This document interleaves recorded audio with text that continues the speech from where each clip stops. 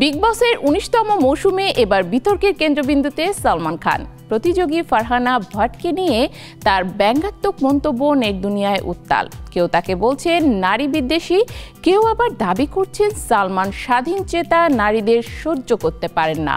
বিতর্ক তুঙ্গে, কিন্তু ভাইজান এখনো নীরব। চুপ থাকলেও ঝড় থামছে না।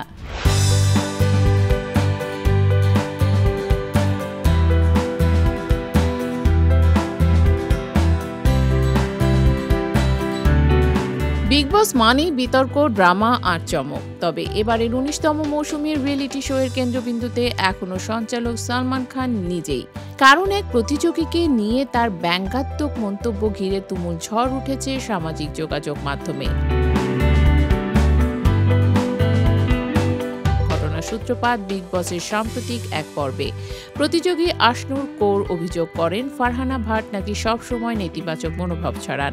আশনুরের প্রশ্ন ছিল, বাড়ির বাইরে কি ফারহানা এমনই? উত্তরে সালমান খান হাসতে হাসতে বলেন, ফারহানার যখন বিয়ে হবে তখন ছেলের পরিবার জেনে নেবে এই মেয়েটা তো গালি দেয়, ঝগড়া করে, প্লেট ভাঙে। একদম এমন মেয়ে দরকার ঘরের বউ হিসেবে। আমাদের ছেলের জীবন তো বরবাদ হয়ে যাবে। সালমানের এই মন্তব্য প্রকাশ্যে আসতে নেট দুনিয়া শুরু হয় প্রবল সমালোচনা। অনেকেরই মতে এটি সরাসরি নারীকে হেয় করার মন্তব্য। কেউ লিখেছেন, সালমান খান স্বাধীন চেতা, দৃঢ় ও বলিষ্ঠ নারীদের সহ্য করতে পারেন না। হেনা, গহর, রুবিনা সবাইকে কোনো না কোনো সময় আক্রমণ করেছেন। এবার ফারহানা সেই তালিকায়। আরও একজন মন্তব্য করেন, একজন নারী নিজের মত প্রকাশ করলেই তাকে ঝগড়াটে বলা হয়, অথচ পুরুষ করলেই সেটা হয় আত্মবিশ্বাস। সামাজিক যোগাযোগ মাধ্যমে সালমানের বিরুদ্ধে এখন তীব্র প্রতিক্রিয়া।